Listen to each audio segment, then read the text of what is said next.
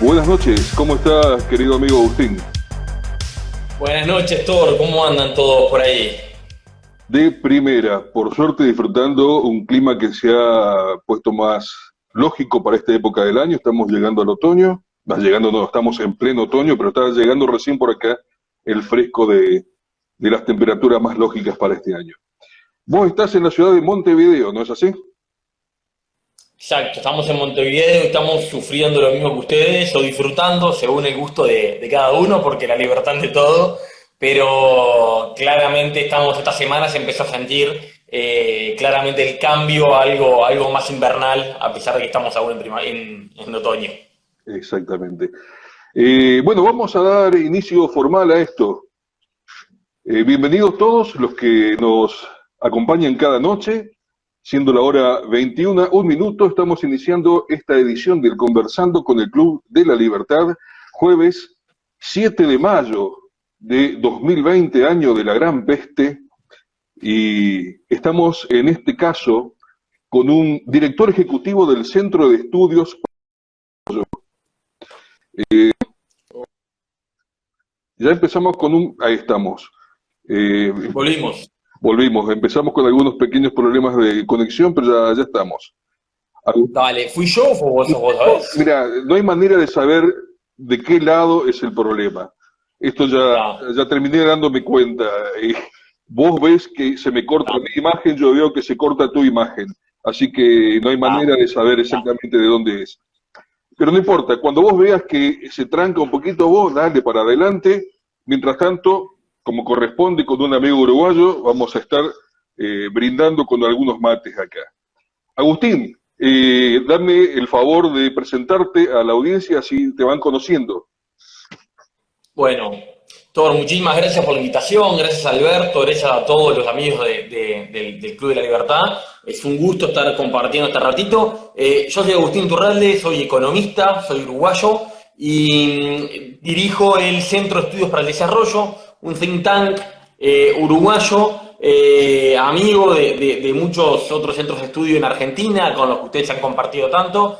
Y bueno, mi formación es de economía, tengo una maestría en desarrollo económico y un poco estamos ahora tratando, como todos los economistas del mundo, un poco de zafra, ¿no? Tratando de ayudar desde las muchas limitaciones y con todo lo que le hemos errado y todo lo que no sabemos, que es muchísimo más de lo que sabemos, tratar de ayudar a entender un poco lo que está pasando y lo que podemos esperar con la economía de estos países y bueno, cómo tratar de que esta epidemia, esta pandemia, la podamos sobrellevar de la mejor forma posible.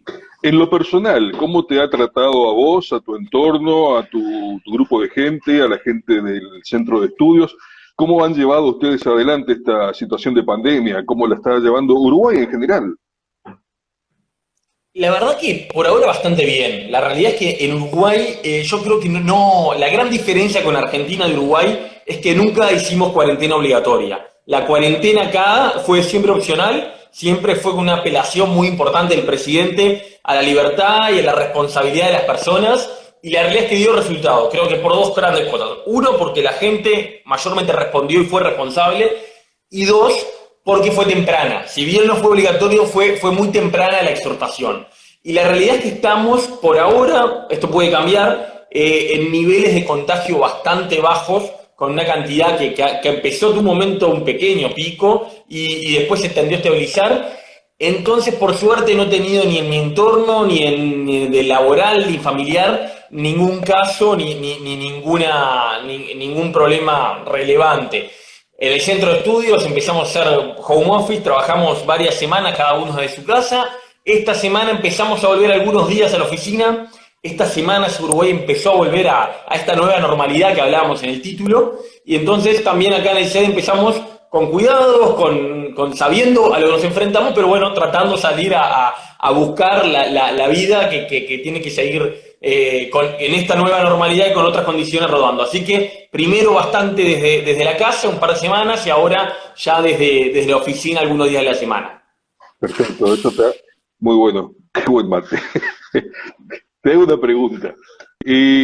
¿Cuáles son las diferencias, aparte de, o sea, lo que acabas de expresar vos específicamente, ¿cuáles son las diferencias de encare político que notaste vos entre lo que está llevando adelante el gobierno de Uruguay y lo que viste en los vecinos? O sea, nosotros en Argentina, Bolsonaro en Brasil, ¿cuáles son las diferencias que notas ahí principalmente? Y bueno, creo que hay varias, ¿no? También hay varias, a ver, son tres gobiernos, es bien rica la comparación para mí, Uruguay, Argentina, Brasil, porque muestra como matices bien interesantes, tres gobiernos relativamente nuevos, el de Uruguay el más nuevo, pero el de Argentina también bastante nuevo, y Bolsonaro tiene un año y poco, parece todo pasa muy rápido, pero no, es un gobierno relativamente nuevo, y creo que hubo como tres focos bien distintos, ¿no? Creo que Argentina y Brasil, a su forma, usaron un entendimiento de la relación economía y salud opuesta. Parecería que el presidente Bolsonaro despreció totalmente la potencialidad del problema sanitario porque él creía que como la economía brasileña no iba a poder soportar ninguna cuarentena, era mejor no hacer ningún tipo de restricciones, y habló de la gripeciña, porque por el daño que podíamos hacer en la economía era mucho mayor. Y parecería que todo hoy en día se está saliendo de control y Brasil tiene grandes chances de ser un epicentro de la pandemia a nivel global. Y del otro lado de Argentina, que parece que sí controló la pandemia en términos sanitarios, vos me dirás mejor, Thor, yo repito lo que venimos escuchando, parecería que también la idea era, bueno, no importa nada la economía, y Alberto Fernández usó varias veces algunas frases que para mí fueron bastante desafortunadas, diciendo, la economía se recupera, pero la vida no, prefiero aumentar 10% de la pobreza que se mueran 100.000 personas, apelando a una falsa analogía como que la economía no va de la vida de las personas también, y diciendo, todos los huevos, lo único que importa es que la gente no se muera de coronavirus, pero no importa si la gente se muere de otras cosas, si aumenta la pobreza, la gente en nuestros países se muere por pobre, por problemas alimenticios. Entonces, creo que hubo dos enfoques a los vecinos de Uruguay, Argentina y Brasil, como que pusieron, por un lado parecería que no se tomó dimensión de lo que era la pandemia en Brasil, y en Argentina creo que no se tomó dimensión de cómo el daño económico también cuesta vidas. Todo está para verse, ¿no? Y sobre todo al lado de Argentina, bueno, vamos a ver cómo es la salida, pero todo indica que Argentina se enfrenta a un golpe económico casi inédito. Uruguay, y perdón por la introducción tan larga, Uruguay parecería que caminó por algún camino del medio, pero con algunas particularidades y no necesariamente tibio, sino haciendo consciente, poniendo un problema a la mesa que era importante, pero con una apelación muy grande a la libertad de las personas y a la responsabilidad de las personas. La idea, ¿cuál fue? Rápidamente, cuando llegó el primer caso, se suspendieron los eventos masivos, se inhibieron algunas actividades, pero no hubo en ningún momento la lógica de estado policial, de micro reglas de cuándo puede salir, no puede salir, quién puede salir. No hubo nunca un policía te podía parar en la calle y prohibirte ir a ningún lado. En Uruguay no era posible. En la Semana Santa o la Semana de Turismo, como le decimos aquí en Uruguay, sí hubo una exhortación un poco más fuerte a no ir al interior del país, de la parte de la gente de Montevideo, que era donde estaba más contagios, pero era una exhortación. No había ningún decreto de que te pudieras agarrar, e incluso el presidente Lacalle Pou en algún momento dijo, yo no voy a la gente que le pedía, y en un momento hubo una presión muy grande por la cuarentena obligatoria, mirando lo que hacía en Argentina, y mucha gente que tenía cierta simpatía por el gobierno de Alberto Fernández en Argentina decía, pero miren Argentina, cuarentena obligatoria, hay que ir por acá. Él usó una frase que dijo, el que pide cuarentena obligatoria tiene que estar dispuesto a meter preso a alguien que sale a buscar el peso para parar la olla. Que la expresión, no sé si la usa en Argentina, salía a buscar el peso para comer, para lo más básico. Y dijo, yo no estoy dispuesto a eso. La gente que sale a buscar el peso para eso, yo no estoy dispuesto. Y hubo un momento de tensión, y era mucha la gente, el Sindicato Médico del Uruguay, que hubo una presión grande como para hacerla obligatoria, como para policializar un poco la cuarentena. Resistió la tentación. La verdad es que también los números y las cifras de contagio respondieron bien. Parecería que la responsabilidad de las personas dio su resultado, y bueno, empezó a entrar, con el éxito de las cifras, empezó un poco a dar un poco más de consenso sobre la estrategia. Creo que además de este tema más filosófico del presidente, de tratar de no inhibir la libertad salvo que sea realmente necesario, había un tema también bueno, poner la balanza, entender el equilibrio, no contradicción, no hay una contradicción entre salud y economía, no hay una sociedad saludable si no tiene una economía que genere ingresos para que la gente se alimente, y no hay economía si todo el mundo está enfermo y nadie puede ir a trabajar. Digo, es claro que la contradicción es muy limitada, pero entender de que había que privilegiar. Otra de las cosas que el presidente creo que puso certeramente a la mesa era privilegiar el bienestar de la población en general, pero no solo del contagio del COVID. También la violencia que puede tener lugar dentro de los hogares, las enfermedades psicológicas que sufren las personas, el daño que se genera porque los escolares no vayan a la escuela, poner la integralidad del tema y bueno, y ahí sí buscar el bien común, pero no simplemente tratando de que la gente no se muera de coronavirus, que era una parte muy grave, sino como con una visión un poco más integral. Creo que esa es un poco la estrategia que hubo, y que bueno, desde hace 15 días pasó hasta como segunda etapa, empezaron a hablar de la nueva normalidad, que es como esta segunda etapa que se viene. Formidable. Yo creo que tiene que ver un poco ciertamente tiene que ver con la manera de encarar filosóficamente cada una de las situaciones. Cuando vos estás en un gobierno como este, que considera que el Estado es el papá de todos, que tiene que hacerse cargo de todo necesariamente, no va a estar considerando la posibilidad de que los ciudadanos sean capaces de tomar conciencia y actuar conscientemente a partir de eso. Fíjate vos que a partir de eso inclusive hubo un error desde mi punto de vista, que fue la entrada muy tarde de la promoción del uso del barbijo, que fue algo que esencialmente utilizaron de entrada todos los orientales. Ellos conocen mucho esas cuestiones, ellos están han sido muy garroteados ya históricamente con esto, y vos los ves constantemente trabajando sobre ese tema de no contagiar, no extender la situación. En cambio, acá todo venía desde el punto de vista que no se preocupen, va a haber contención, van a existir camas suficientes, estamos hablando de que para cuando explote esto vamos a estar... Y la idea principal era evitar que explotara, evitar el contagio. Y el evitar el contagio no es necesariamente a partir de, y exclusivamente, del confinamiento de todo el mundo, sino moverse de la manera que ustedes lo hicieron. Si a partir de la conciencia de la gente y de la responsabilidad de cada uno de los ciudadanos, si ustedes están por salir, mantengan distancias, mantengan las cuestiones de higiene cuando retornen a la casa, usen el barbijo, eviten desparramar virus si es que lo tuviesen, y llámense a conciencia de que si, por ejemplo, perdieron un poco de olfato, seguramente es posible que estén incubando la enfermedad.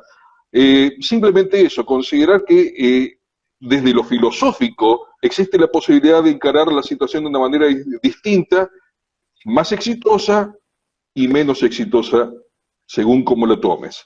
Ahora, veo que la salida del Uruguay está siendo realmente interesante, hay una reapertura de la vida comercial y social ya, obviamente, vos decís que ya se están viendo los negocios funcionando, la gente retomando las actividades, pero obviamente todo desde un punto de conciencia, de un punto de responsabilidad.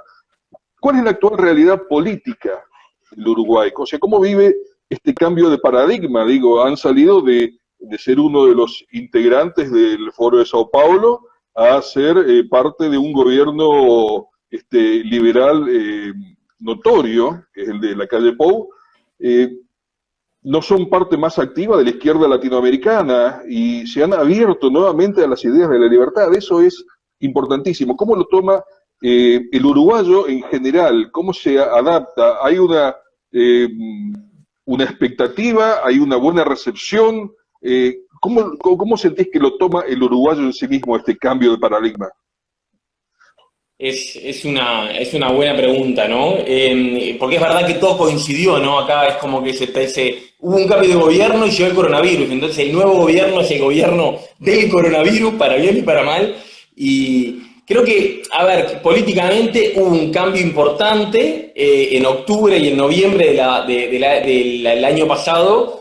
Y lo que triunfó es una coalición amplia. Una coalición amplia liderada por la calle Pou, que tiene como una visión más claramente liberal, que hace algunas referencias para nada radicales y muy a la uruguaya, que es a la uruguaya. Cuando decimos a la uruguaya, en Uruguay nos referimos a la moderación, la tranquilidad, pero para el Uruguay, ciertamente liberal, pero también hay, a ver, está el otro partido, son 5 partidos que están en la coalición, 3 bastante importantes, 3 que son imprescindibles para que haya mayoría en el Parlamento para aprobar las leyes, etcétera. Y bueno, entonces hay cierta amplitud.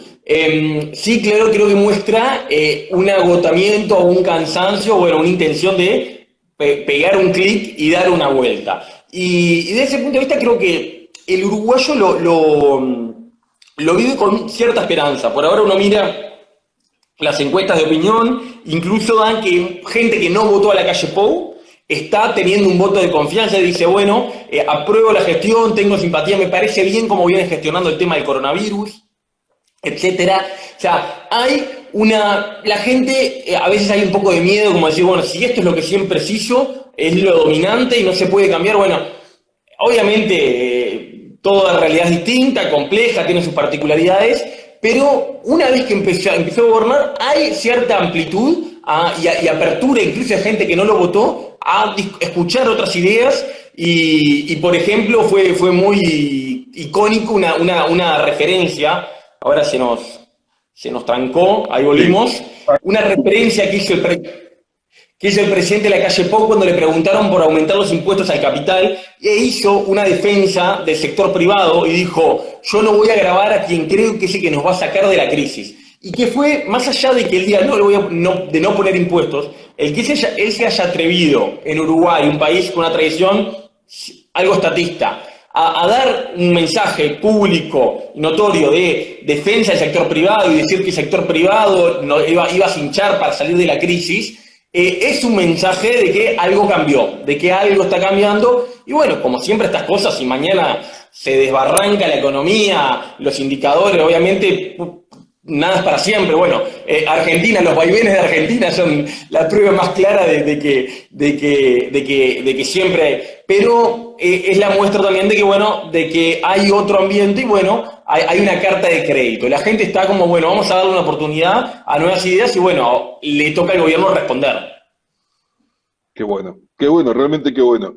Ahora, del mapa geopolítico latinoamericano, desde Uruguay, desde lo interno, ¿cómo notás vos la presencia en este momento del Uruguay en el concierto medio desafinado que tenemos en esta Latinoamérica últimamente, con idas y venidas, con exilios por un lado, con gente que de repente intenta desde ciertos puntos de Latinoamérica tener influencia demasiado fuerte sobre otros lados, nosotros recibiendo delegaciones de médicos cubanos, creo que a ustedes no le hicieron falta para nada, no sé por qué no se los ofrecieron a ustedes, vinieron únicamente para acá, tampoco son gratis, obviamente, pero bueno, ¿cuál es la visión que te parece va a tener el Uruguay dentro de ese esquema geopolítico latinoamericano en lo que sigue de aquí en adelante? ¿Pensás que tendrá mucho que ver el éxito o no éxito esta situación de coronavirus? ¿Es una prueba definitiva para cada uno de los protagonistas de esta situación?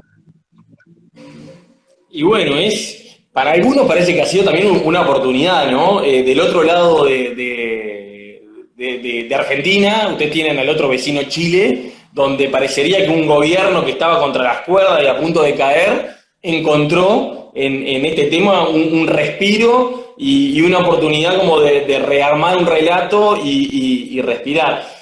Para otros que venían como, en el caso de Uruguay, el gobierno nuevo venía con un plan A, que lo tuvo que casi que, no digo tirar a la basura, pero guardar en el armario, ¿viste? Donde guardás la ropa de invierno, bueno, para sacarlo el año que viene, que era el plan, ¿cuál era la lógica, el plan A económico del gobierno uruguayo nuevo? Que a mí no me pase lo de Macri, esa era como la idea.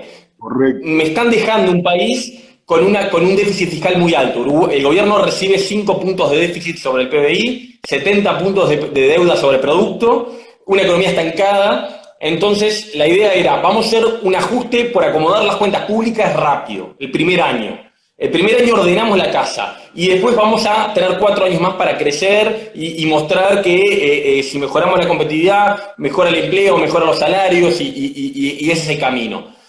El presidente y la ministra de Economía anuncian el ajuste y a la misma vez estaba declarando los primeros casos de coronavirus, la economía es claro que va a caer y claramente se tuvo que guardar eso en la repisa y decir, bueno, este año no vamos a mejorar las cuentas públicas.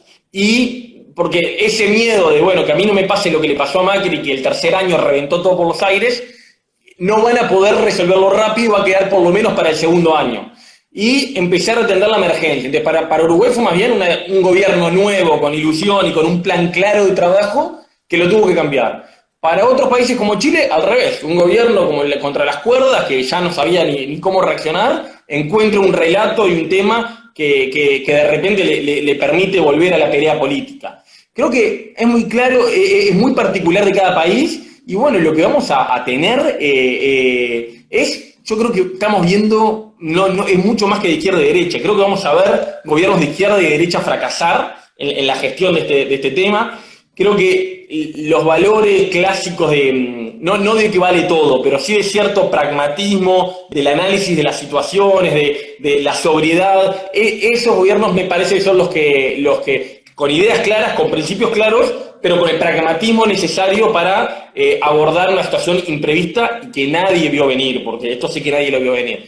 Y los que tienen más su cajita no que tienen ideas, sino que tienen prejuicios y dogmas, es probable que tengan más problemas. Y ahí creo que el corte no va a ser tanto de izquierda y derecha, sino va a ser por otro lado. Hay probablemente, sí, y lamentablemente el caso de Venezuela siempre es el ejemplo más negativo, para algunos gobiernos puede ser el fin de lo que ya era una historia tristísima, ¿no? En el caso de Venezuela estamos viendo un país que está dentro de lo que los organismos internacionales ponen que hay riesgo de hambruna, de que esta crisis genere una hambruna. En un país que era el más rico de Sudamérica hasta hace no tanto, la crisis abre un riesgo de hambruna, es escalofriante. Entonces, bueno, ahí sí uno dirá, bueno, esto es un punto de quiebre, debería serlo, de hasta acá llegamos. Ustedes probablemente son como la incógnita, pero es muy difícil, por lo menos de lo que vemos acá en Uruguay, ser optimista sobre la economía argentina, pero también es verdad que Argentina es como que siempre toca fondo y vuelve a reinventarse. Bueno, hay que ver hasta dónde, cuán profundo caen y cuánto demoran en salir, ¿no? Para Uruguay es muy importante, por varios motivos, lo que pasa en Argentina. Por el turismo, lo más claro, pero en general siempre que, acá decimos, cuando Argentina se resfría, Uruguay estornuda. Sigue, por más de que ha reducido un poquito menos el contagio, para usar un término que está de moda, sigue siendo muy determinante y la gran interrogante es cuán profundo, si Argentina va a un camino venezolano o en algún momento podemos esperar algún tipo de recuperación y de ver la luz.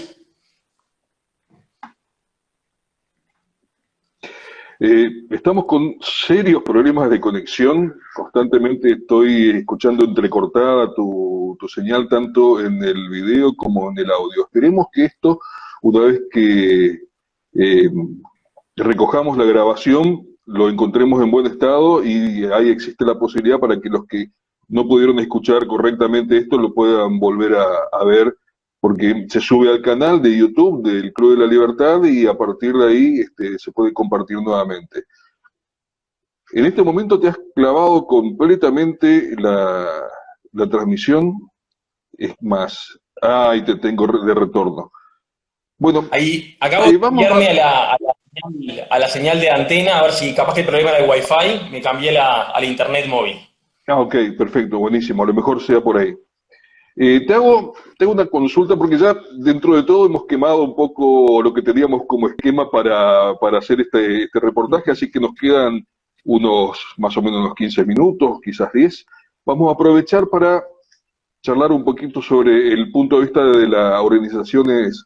Se me ocurre verlo desde la situación del Uruguay, consultarte. Resulta que acá en Argentina, en los últimos tiempos, y un poquito auspiciado, este caso nos ha venido muy bien, ciertamente. El Club de la Libertad es una de las entidades, uno de los think tanks que más actividad está teniendo en todo el país. Estamos teniendo todas las noches 2 entrevistas, estamos teniendo muchísima actividad, ciertamente, y hay una efervescencia. Particularmente nosotros arrancamos el año con un equipo de más de 50 colaboradores, todo un voluntariado muy grande, y toda la gente que está en la fundación es voluntariado absoluto, y ya de hecho hace una semana hemos empezado a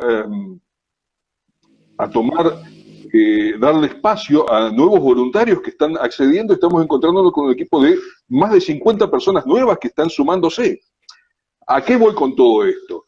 Es evidente que hay un reverdecer de las ideas liberales a nivel sudamericano, definitivamente. A nivel Argentina es un hecho, es muy fuerte.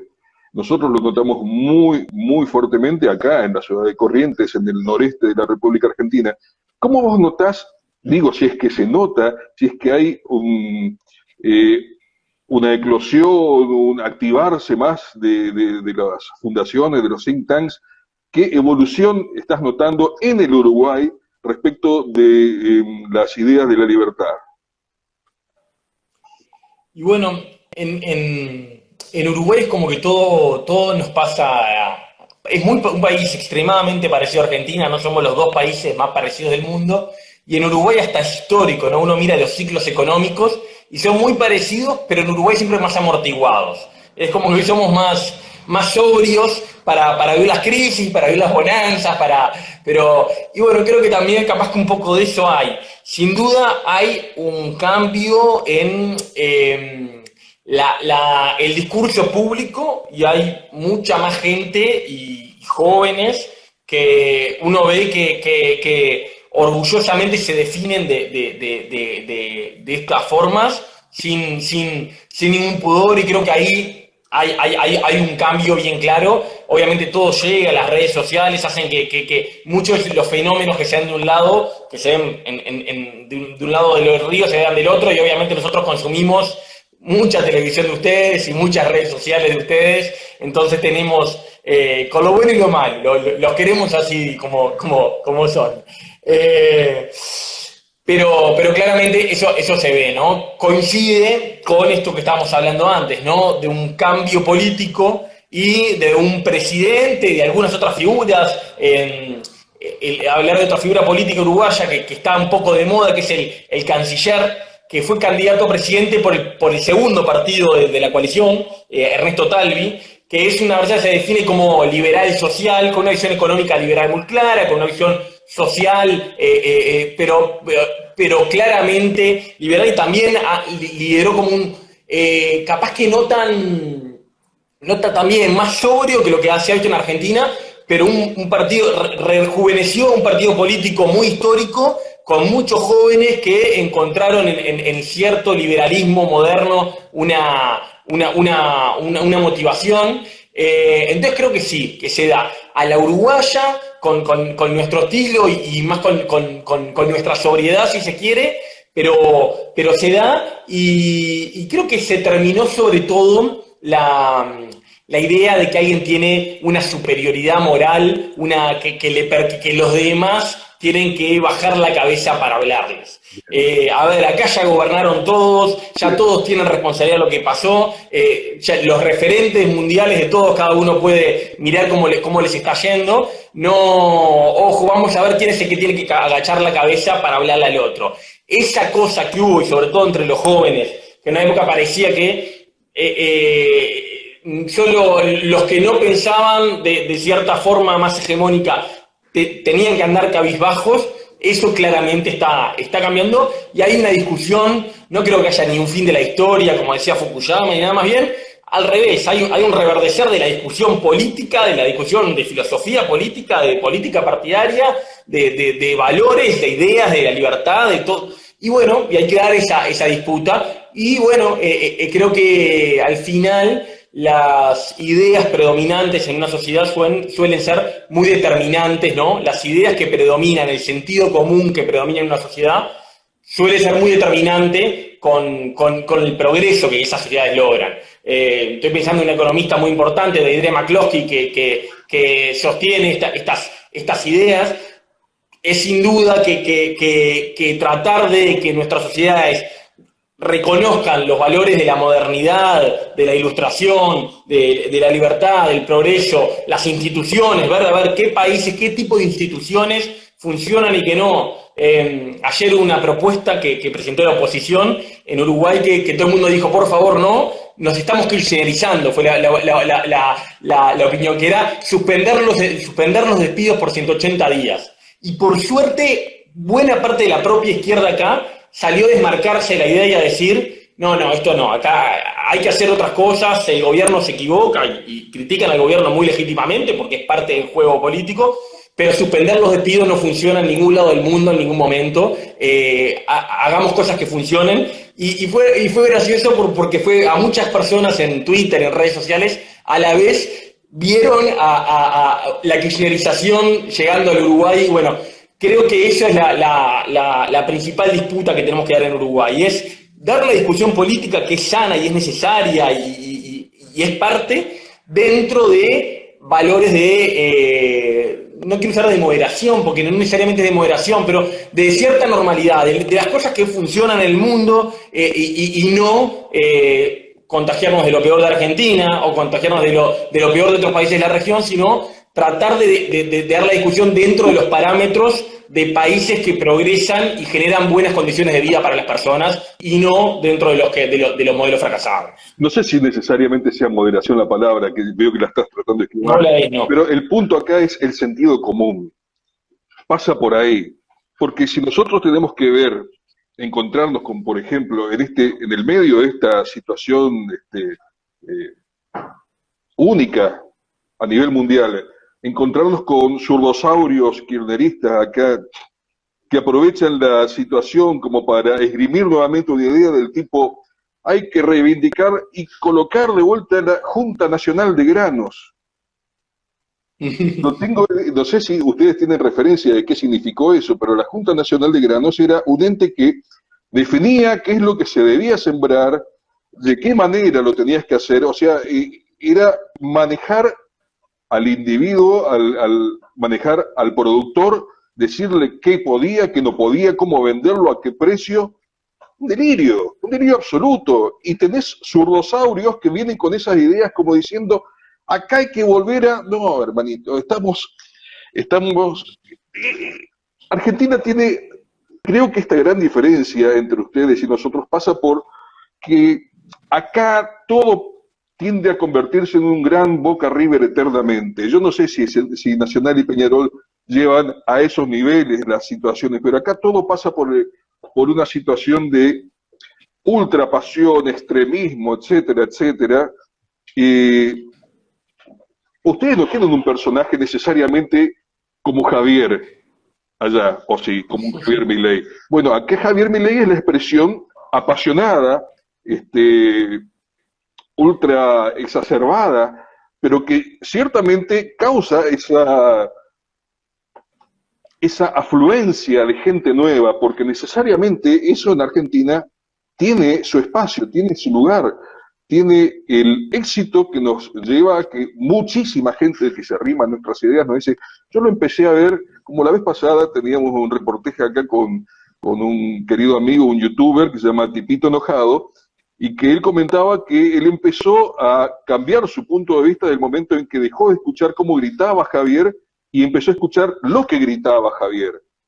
¿Entendés?